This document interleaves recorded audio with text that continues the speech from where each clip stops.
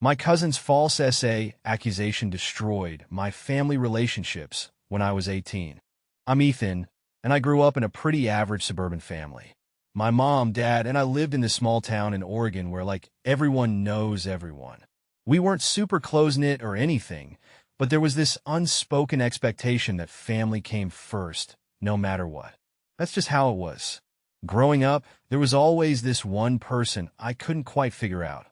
My cousin Clara. Clara's dad, Mark, is my dad's older brother. He raised her on his own after her mom bailed when she was a little kid. Honestly, I always respected him for that. Being a single parent isn't easy, and Uncle Mark really tried to give Clara everything he could. He even set up this college fund for her. Clara, though she was complicated, she was a few years older than me and had this way of making everything about her. Like she'd walk into a room, and suddenly, everyone was talking about Clara's latest drama, Clara's big plans, Clara's opinions. She wasn't mean exactly, but she had this intensity that made it hard to say no to her. When I turned 18, things in my life felt like they were finally coming together. I was getting ready to start college in the fall, thanks to a lot of hard work and a bit of help from my parents' savings.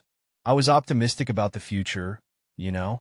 I had plans, big ones, and I was excited to see where life would take me. But then Clara showed up one day, completely out of the blue.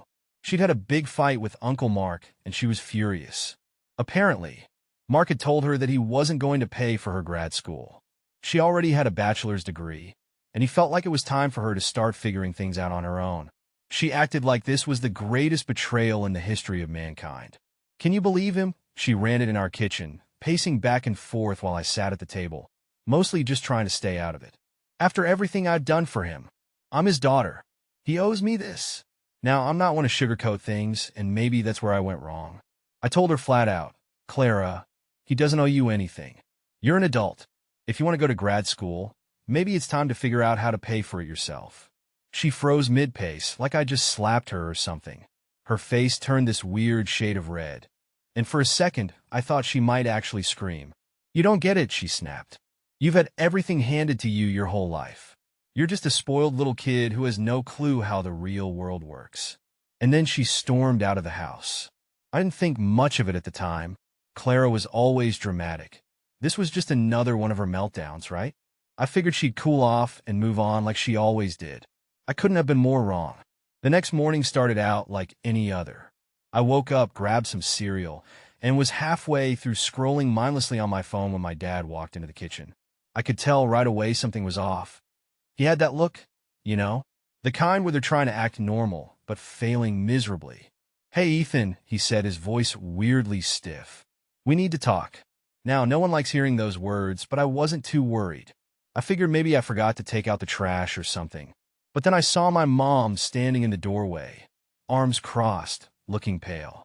That's when the sinking feeling hit me. Whatever this was, it wasn't going to be good. What's going on? I asked, trying to keep my voice steady. My dad sat down across from me, avoiding eye contact, and my mom finally spoke up. Clara called us last night, she said, her voice shaking. She told us that she paused, like she couldn't get the words out. She said you did something to her, Ethan. Something terrible. I blinked at her, completely confused. What are you talking about? What did she say I did? She said you assaulted her, my dad said flatly, finally looking me in the eye. I swear, time stopped for a second. Assaulted her? Clara? My cousin? I couldn't even process it. My brain felt like it had short-circuited. What? I practically yelled, standing up so fast I knocked over my chair. That's insane. I didn't do anything to her. My mom flinched, and my dad rubbed his temples like he was already exhausted by the whole thing. Look, he said, this is serious, Ethan. Clara's upset, and we need to figure out what happened. Nothing happened, I shouted. I didn't touch her. She's lying. But here's the thing. I could see it in their faces. They didn't believe me. Not completely anyway. Clara had gotten to them first, spun her story, and now I was the bad guy. The rest of the day was a blur. My parents called a family meeting, and before I knew it, I was sitting in our living room, surrounded by relatives, all of them staring at me like I was some kind of criminal. Clara wasn't there. She didn't feel safe being in the same room as me, apparently, but she'd made sure her story got around. She told me he wouldn't stop, my aunt said, shaking her head in disgust. She's traumatized. She's lucky she got away, my uncle added, glaring at me like I was something he'd scrape off his shoe. I tried to defend myself, to explain that none of it was true, but it didn't matter. Clara was the victim, and I was the villain.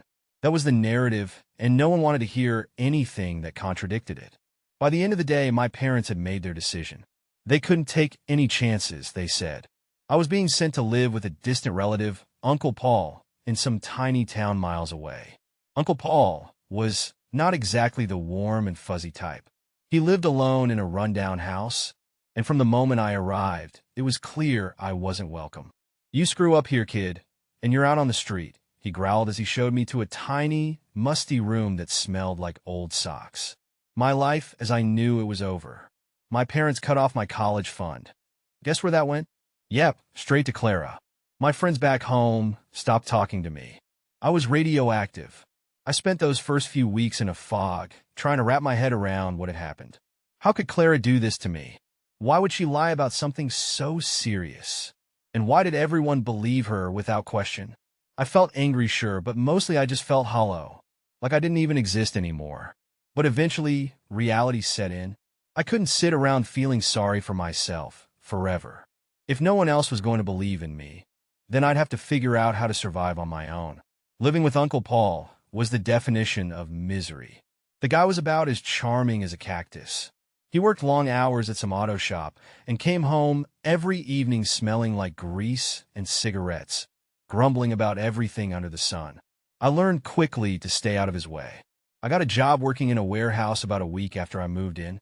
It was grueling, lifting boxes, unloading trucks, standing on my feet for hours, but it paid enough to keep me fed. I'd wake up at 5 a.m., work until the afternoon, then come back to Paul's and crash in my tiny room. It wasn't much of a life, but at least I was surviving. At first, I kept holding on to this hope that someone in my family would realize the truth, that my parents would call me and say, "Ethan, we were wrong. Come home." But as weeks turned into months, that hope started to fade. The only communication I got from them was a single email from my dad, telling me that Clara was doing her best to heal and asking me to respect her need for space. Her need for space? I was the one who'd been exiled. I told myself I didn't care anymore. If they didn't want me, fine. I didn't need them. But deep down it hurt, more than I wanted to admit. Eventually, I scraped together enough money to move out of Paul's place and into a small apartment with a couple of coworkers. It wasn't glamorous, but it was a step up. My roommates were decent guys, and for the first time in months, I started to feel like maybe I could rebuild something resembling a life. By the time 3 years had passed, I'd managed to save enough to think about going back to school. It wasn't going to be the big university I'd dreamed of, but there was a community college nearby that offered night classes. It felt like a fresh start, a way to take control of my future again. And then, out of nowhere, the past came crashing back. It started with a message from my dad. Just seeing his name in my inbox made my stomach twist. I almost didn't open it, but curiosity got the better of me. The email was short and formal, like he didn't quite know how to talk to me anymore. "Ethan, I don't know if you'll read this, but I need to tell you something. Clara is very sick. She has cancer, and it's terminal. She's been in and out of the hospital for months, and the doctors don't think she has much time left. She told us the truth, Ethan, about everything. I don't know how to begin to apologize for what we put you through. I don't expect you to forgive us, but I hope you'll let us try to make things right." Dad, I must have read that email a dozen times, trying to make sense of it. The truth? What truth? And then it hit me. Clara had confessed. She'd admitted that she lied. I should have felt vindicated, right? But all I felt was this overwhelming wave of anger. After everything she'd done, after she'd stolen years of my life, she was only coming clean because she was dying. It wasn't about me. It was about her trying to clear her conscience before it was too late. I didn't respond to the email. I didn't know what to say. A few days later, I got another message, this time from my mom. It was longer, more emotional, filled with apologies and excuses. She begged me to come home, to let them see me, to be a family again. But how could I go back to people who turned their backs on me when I needed them most? I ignored my mom's message for a while. Honestly, I didn't know what to do with it. I'd spent so long trying to forget about them, trying to move forward, and now they wanted to just waltz back into my life like nothing happened? Like they didn't completely abandon me when I needed them the most? But the thing is, no matter how much I tried to push it away, the email kept nagging at me. Late at night, when everything was quiet, I'd think about it. About what Clara had said, what she'd done, about my parents and whether they even deserved a second chance. One night, after hours of tossing and turning, I decided to do something I hadn't done in years. I looked Clara up on Facebook. Her profile was still there, though it looked kind of abandoned. The last post was from a few months ago, a picture of her in a hospital bed, smiling weakly with a caption that read, "Staying strong, red heart." I don't know why, but I clicked on her tag photos. That's when I saw it. There were a bunch of pictures of her at some family gathering, a barbecue or something. My parents were there, smiling and laughing, along with a bunch of other relatives. And then, in the corner of one photo, I saw it, a framed picture on the wall behind them. It was a picture of me. I stared at it for a long time, my heart pounding. It was one of my senior portraits, the kind you send to family members. I hadn't seen that picture in years. At first, I thought maybe it was just an old photo they hadn't taken down. But then I looked closer at the other pictures on the wall. They were all current pictures of Clara, my cousins, even my parents from the past year or so. My picture didn't belong there. I don't know why, but seeing that picture unlocked something in me. It was like a crack in the wall I'd built around myself, and suddenly, all these questions started flooding in. If they'd really written me off, why was my picture still up? Were they trying to hold on to some version of me they'd lost? Or was it just guilt? The next day, I responded to my dad's email. It wasn't a long message. I just said, I don't want to talk on the phone or meet in person, but if you want to tell me everything, write it all down. I want the truth. No sugarcoating, no excuses. Just the truth. A week later, I got his reply. He told me everything. How Clara had shown up at their house the night after our argument, hysterical and crying, saying I'd attacked her. How they believed her without question because, well, why would she lie about something like that? How they thought they were doing the right thing by sending me away, even though it broke their hearts. And then he told me about Clara's confession. How she'd admitted on her deathbed that she'd made the whole thing up because she was angry at me for judging her. How she'd wanted to punish me, to teach me a lesson about how hard her life was. The worst part? My dad admitted that deep down, he and my mom had started to doubt her story after a while. There were inconsistencies, little details that didn't add up. But by then, the damage had already been done, and they didn't know how to undo it. So we did nothing, he wrote. And for that, I will never forgive myself. I sat staring at my dad's email for what felt like hours. I kept reading and rereading certain lines, hoping that maybe, on the 100th pass, they'd make more sense. But they didn't. They doubted her story and didn't say anything. They just let me go. Let me lose my home, my future, my family, all while they sat there in silence, second-guessing themselves. I was so angry I couldn't even cry. My hands shook as I typed out a response. It wasn't long, just a few sentences. Thank you for telling me the truth. But it's too late. You didn't believe me when it mattered, and you let this happen. I'm done. Don't contact me again. And that was it. I hit send and blocked their emails. I didn't want to hear their excuses or apologies. I didn't want to give them a chance to explain themselves further. It was over. But even after cutting them off, I couldn't shake the weight of it all. The injustice of what Clara had done, the betrayal of my parents, the years of my life that had been stolen. I didn't know what to do with all of it. That's when my roommate, Jake, suggested something I hadn't considered. Dude, he said one night as we sat in our tiny living room, eating takeout, you should tell your story. Like the whole thing. Put it out there so people know what happened. You don't owe anyone silence. At first, the idea sounded ridiculous. Why would anyone care about my story? But the more I thought about it, the more it made sense. I'd been quiet for so long, letting other people control the narrative. Maybe it was time to take that power back. So I did. I sat down on my laptop and wrote out everything Clara did, everything my family believed, everything I went through. I didn't hold back.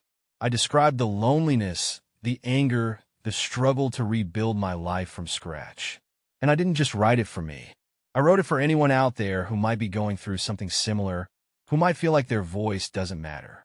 When I was done, I posted it on social media. I didn't tag anyone, didn't call out my parents or Clara directly. I just shared my truth and hit post. The response was overwhelming. Within hours, my inbox was flooded with messages.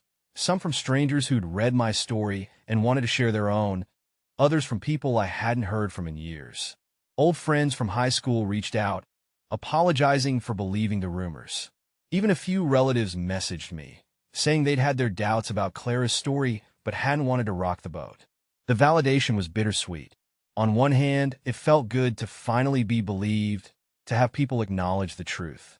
On the other hand, it didn't erase what had happened. It didn't give me back the years I'd lost. As for my parents, I never heard from them again. Whether they saw my post or not, I don't know, and honestly, I don't care.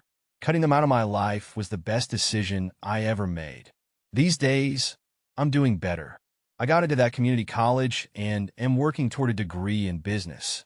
I've got a solid group of friends who've become my chosen family, people who've supported me in ways my own blood never did.